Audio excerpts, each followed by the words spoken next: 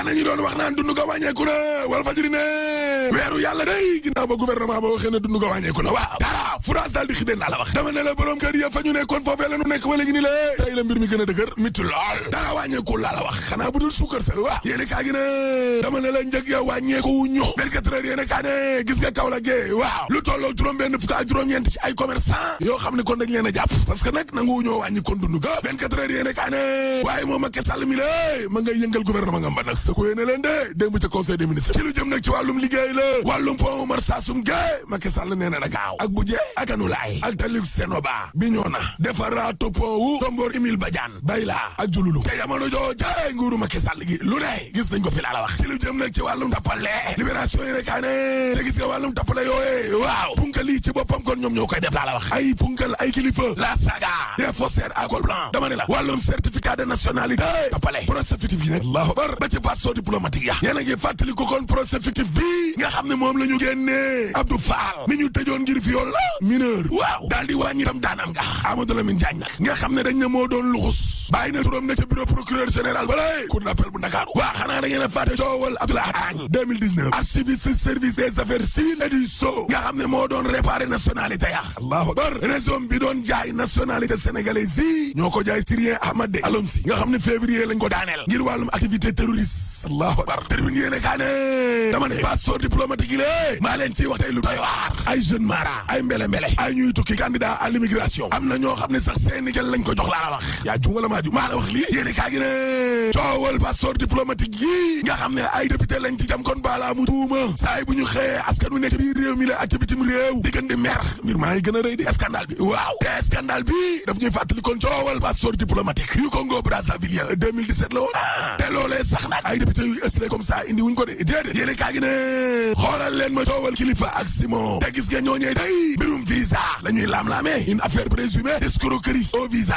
waaw présumé ñu jël leen ne leen ciix dugal leen ci biir kaso bi laa la wax waaye te ñii moom ay député yuñ jàpp kon loxo ci poos ci coowal passeport diplomatique yi lée pièces yaa ngi ca enquêteurs yi te député yaa ngi nii di ndaataatalax di doxi seeni soxla laa la wax mennum Alaaji Jaaji Konde kese lañ ci tëjagum ci kaso bi xam nga ne lii xel tey na de lool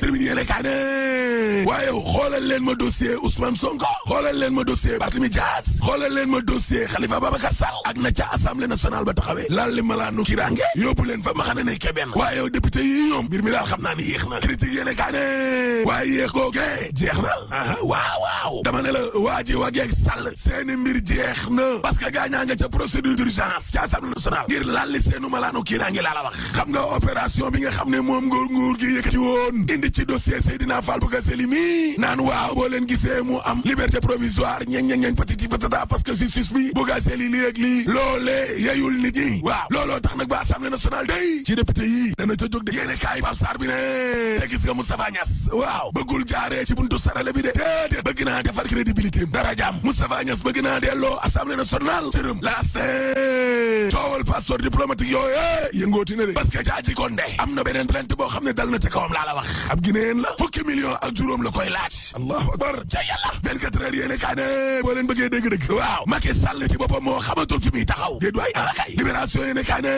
Ousmane Diagne day mafia kàcc waaw bàyyi nañ ko mu ñibbi démb de ginnaaw ba mu jàkkaarloog procureur ba pare moom Assane Diouf tamit day weeru yàlla lañ ne lañ koy daan waaye du ko tëdd sursis la maître Khoureychi Ba mooy seen avocat ñoom ñaar boo fi nekk loolu lambaay ñaaw de lambaay ngay ñaaw ca PDS sur sa année Bara Gaye maire Yeumbeul Sud waaw fekk na yeewee askan wi laa la wax mënul ne maa la wax lii lée te loolee nag dana nekk luy miti lool ci parti démocratique sénégalais dama ne la Bara Gaye maire Yeumbeul Sud ak dirigeant coalition bi nga xam ne Ousmane Sonko Khalifa Sall ñoo ko jiite juboo nañu de Bara Gaye kay digganteem ak PDS ci xeex la ñu jëmaat de Le Quotidien yéene kaa ne gis nga élection locale yi waaw retrouvailles juboo am na ca diggante Bamba Fall ak Khalifa Babacar Sall wàllum réel politique la de ñàkk pexe la maire Médina daa bëgg a nekkat maire Khalifa Babacar Sall daa bëgg a contrôler waat Ndakaaru Njaay jël moo tax juboo nañu waaw évidence yéene kaa ne Serge Malou waaw candidat la ca Sicap Liberté de APR maa la ko Serge Malou yamu ca parce que nee na waxuñu président Macky Sall li am day ca Parcelles Assainies gay waaw Karamba Soirée responsable la Parcelles Assainies ci tribune yéene kaay nee na mennum Maïmouna Ciss xooxuma kase mooy yëngal base bi fii ci Parcelles Assainies Walf Fadjri ne investiture Benno Bokk Yaakaar yi waaw ñi nga xam ne dañoo transhumé day ñi ngi ci guddi gu bët setagul de maa la ko wax xoolal Dakar Ndiaye jël jóob ñi nga xam ne ñoo bàyyi woon taxawu Dakar daal di transhumé